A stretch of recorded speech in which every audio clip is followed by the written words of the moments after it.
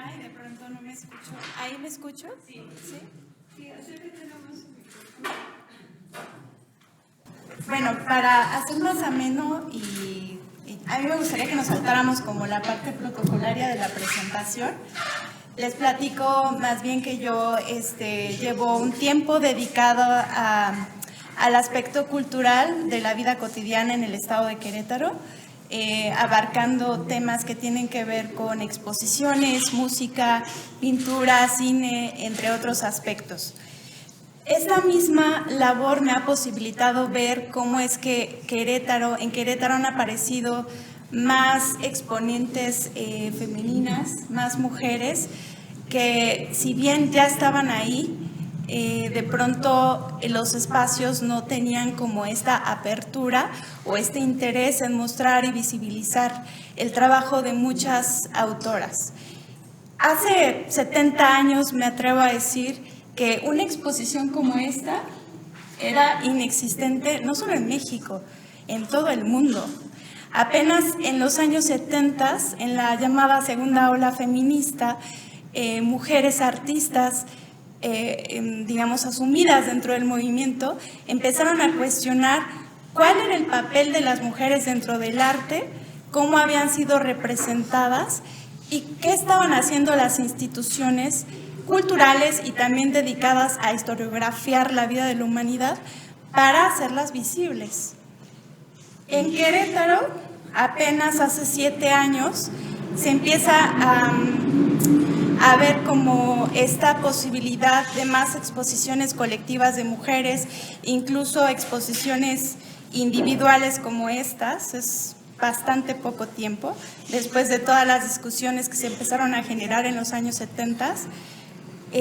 Una investigación reciente del 2018 de la investigadora y artista Susana del Rosario Castañeda, titulada Girl Power, análisis y propuestas sobre la participación de las artistas en Querétaro, apunta y demuestra que en los casos, por ejemplo, revisados del Museo de Arte de Querétaro del 2015 al 2017, de las 22 exposiciones registradas en esa periodicidad en artes visuales, solamente el 22.7% correspondía a mujeres artistas. Además de cuestionar cuál es el espacio que han ocupado las mujeres en estas exposiciones, también es importante cuestionarnos ahora qué tanto se comercializan las obras. Y es una pregunta que yo creo que después podríamos como dialogar desde tu experiencia como artista, pero también preguntarnos por qué es importante visibilizar el trabajo de las mujeres artistas, más allá como de la consigna política de que es importante que las mujeres también estén presentes en todos estos espacios. Hay algo muy importante que está señalando Esmeralda Néresis en esta exposición, que es la mirada que aportan las mujeres desde el arte a la humanidad. En este caso, por ejemplo, yo escogí tres obras importantes. La primera está acá atrás, se llama Hechizo de Tiempo, del 2015. El Mercado de Sonora, que está aquí al frente, y Lilith y sus hermanas, que está en la parte posterior, que es de las más recientes del 2022. Escogí estas 3 obras precisamente para subrayar lo que acabo de mencionar, que tiene que ver con la manera en que las mujeres la diferente forma en que las mujeres ven en el cuerpo de otras mujeres, la manera en que las mujeres ven a otras mujeres, la manera en que las mujeres se involucran en diferentes espacios sociales, culturales, políticos, etc.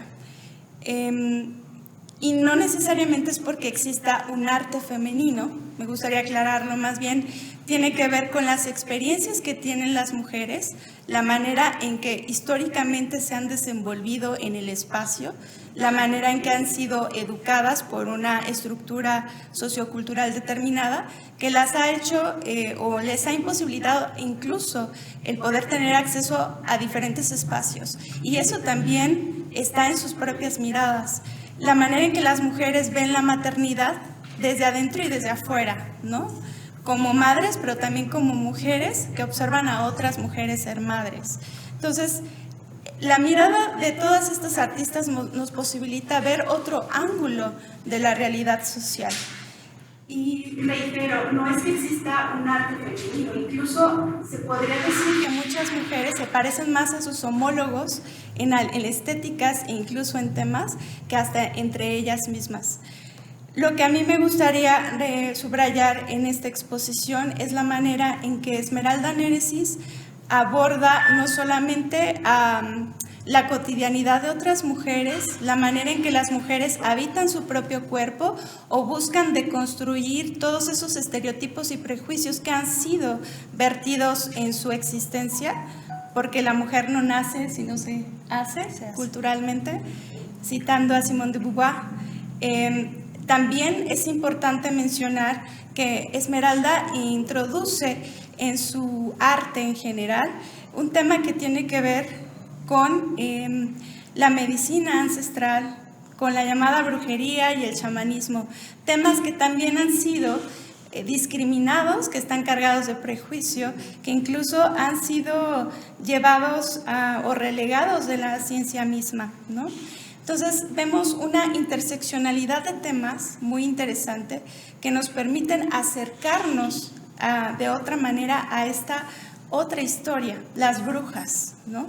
¿Quiénes son las brujas? Esmeralda Néresis las resignifica en esta obra. Son mujeres que portan la sabiduría ancestral y la podemos ver en específico en esta obra titulada Mercado de Sonora, en donde dos mujeres van saliendo de este mercado tradicional también llamado el mercado de los brujos o el mercado de los animales, que justo se caracteriza por la venta de artículos de herbología en la Ciudad de México y artículos relacionados con la magia y el ocultismo. Esmeralda Néresis también tiene una relación, digamos, esta aproximación o resignificación del tema es otra forma en la que Esmeralda se autorrepresenta. Ahí vemos algo muy interesante que también las mujeres que empiezan a hablar de que lo personal es político, empiezan a buscar y a transformar el mismo arte, a proponer otras formas de autorrepresentación en donde no necesariamente aparecen ellas directamente, sino aparecen sus historias a través de las otras. De Esmeralda Néresis sabemos que en su familia hay mujeres dedicadas a esta práctica de la sabiduría ancestral, en específico en el barrio queretano del Tepetate, ¿no? Entonces, este espacio es una invitación a pensar en las mujeres que están al lado de nosotras, atrás de nosotras y en las que vienen también. Es un espacio que nos invita a cuestionarnos en todos estos estereotipos y representaciones o imágenes que culturalmente se nos han heredado sobre cómo es una bruja, cómo es una mujer que se junta con otras mujeres. Eso es también bien importante, que no hace mucho tiempo se hablaba de que las mujeres, ¿cómo es la frase? Que las mujeres no pueden estar... No, las mujeres juntas, sí, así es. Y vemos en muchas de las obras de Néresis a mujeres no solamente juntas, sino mujeres que se cuidan la una a la otra, que conviven en una especie de ritual. Por ejemplo, la última que escogí me parece magnífica en ese sentido, Lilith en sus hermanas, porque hasta en el mismo nombre trae un estereotipo heredado por la tradición judio-cristiana sobre esta mujer fatal, ¿no? Esta mujer que vive su sexualidad más allá de lo establecido y que en realidad hace temblar a los demás por la forma en que habita su corporalidad y es libre en sí misma. Entonces, desde el título vemos esa resignificación de la figura y cómo Néresis lo utiliza como metáfora para presentar a estas mujeres, que es una escena no ficticia, es una escena real además. En ese sentido sería una crónica visual que hace Esmeralda Néresis de este ritual de mujeres buscando apropiarse de su corporalidad, apropiarse de su propia existencia y desvestirse de todos esos estereotipos que ha impuesto en estos momentos los medios de comunicación, la publicidad, pero que la publicidad es el último, digamos, la publicidad es heredera de toda una tradición artística que presentó en pinturas, esculturas y demás objetos artísticos cómo debía ser una mujer, pero también cómo debía comportarse una mujer, ¿no? Tenemos a estas mujeres casi dormidas, que no sabemos si están vivas o muertas, posadas en camas, bellas, ¿no? Siguiendo este concepto de lo bello con ciertas características, que están ahí como si en realidad fueran una especie de bodegón, ¿no? Un bodegón vivo. Exacto, como de ven, acércate, tócame, haz lo que quieras conmigo. Esa pasividad que no solamente se ve en la imagen, sino que también se traslada a la vida real. Es importante mencionar esto porque el arte no es pasivo. El arte tiene un papel muy importante en la sociedad, refleja la sociedad, pero también puede reforzar ciertas ideas sobre cómo deben de ser las personas que aparecen o no en los cuadros. Entonces, las preguntas que las mujeres de los años 70 que posibilitaron que las mujeres de hoy puedan tener exposiciones como estas, con la posibilidad de cuestionar de esta manera, se preguntaban eso, ¿no? ¿De qué forma históricamente hemos sido representadas y de qué forma nos estamos representando ahora y de qué manera eso puede impactar en la manera en que, o la forma en que, o digamos, el lugar que ocupamos en el mundo, lo que estamos haciendo en él, ¿no? Son ellas mismas las que buscan cuestionar los cánones de belleza y que proponen otras formas de representación. En este cuadro, en este tríptico, pues vemos a mujeres cuyos cuerpos son reales, ¿no? Son cuerpos que se parecen a nuestros cuerpos, ¿no? Son cuerpos con diferentes curvas, diferentes tamaños, diferentes colores. O sea, el ver cuadros como estos... la gravedad actual. Es más fácil que una mujer se sienta identificada en este tipo de representaciones y que a su vez permita que las mujeres cuestionen de algún modo de qué forma se relacionan consigo mismas y con las otras además, porque es un grupo de mujeres desnudas disfrutando del espacio del entorno a sí mismas y sin este pudor que también es heredado de la tradición judío-cristiana, ¿no? Ese miedo a la desnudez, que hay que hacer una diferencia entre estar sin ropa y estar completamente desnuda. Hay una gran diferencia entre ellas dos. El estar completamente desnudo, o sea, podemos estar en nuestra habitación sin ropa y no estar desnudo. Y en cuanto aparecemos en el espejo, nos sentimos completamente desnudas porque nos empezamos a ver con toda esa carga simbólica que hemos heredado de otras generaciones o de una estructura completamente patriarcal, ¿no? Entonces, esta mirada que aporta y que resignifica nos amplía el imaginario, nos posibilita habitar la realidad de otra manera. Y es algo que no es algo que diga yo, sino que lo han dicho teóricas y teóricos de diferentes perspectivas teóricas sobre la manera en que juega el arte y el lenguaje simbólico en la construcción de la realidad.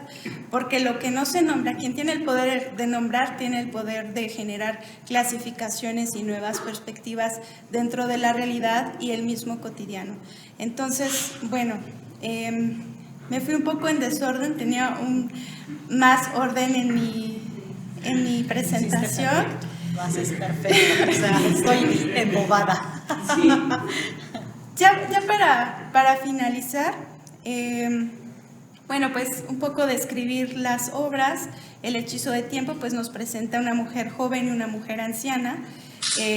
Hay que mencionar que en pocas obras se introducen aspectos como la vejez, ¿no? Como si la vejez fuera algo que no se debiera nombrar y mostrar, ¿no? Son pocos, incluso hablando del desnudo, es poco el desnudo en la vejez dentro de la tradición artística. Y no desde la parte monstruosa, sino desde la parte estética, de encontrar la belleza en la vejez.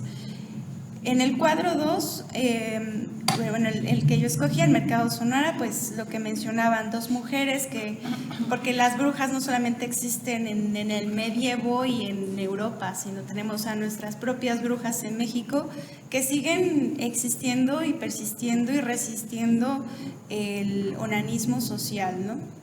Siguen trasladando su sabiduría a otras generaciones. Aquí yo tenía un apartado de por qué se generó todo este estereotipo tan temible sobre las brujas como mujeres malvadas y feas, ¿no?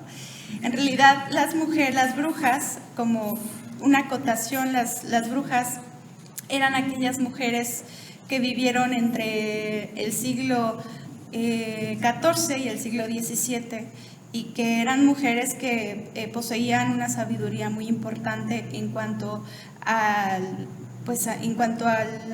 la curación, pero en específico a cómo controlar la reproducción y la salud sexual. Eso, justamente esa parte es lo que detonó toda esta construcción visual, incluso porque tenemos representaciones de ellas, que impactó en la parte histórica y que generó toda una serie de mitos sobre ellas y que tuvo todas estas consecuencias fatales de asesinato masivo de mujeres en aquella época.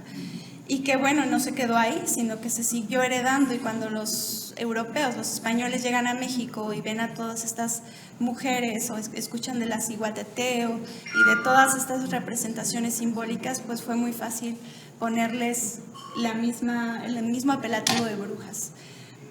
Y bueno, eso es Lilith y sus hermanas, es la última.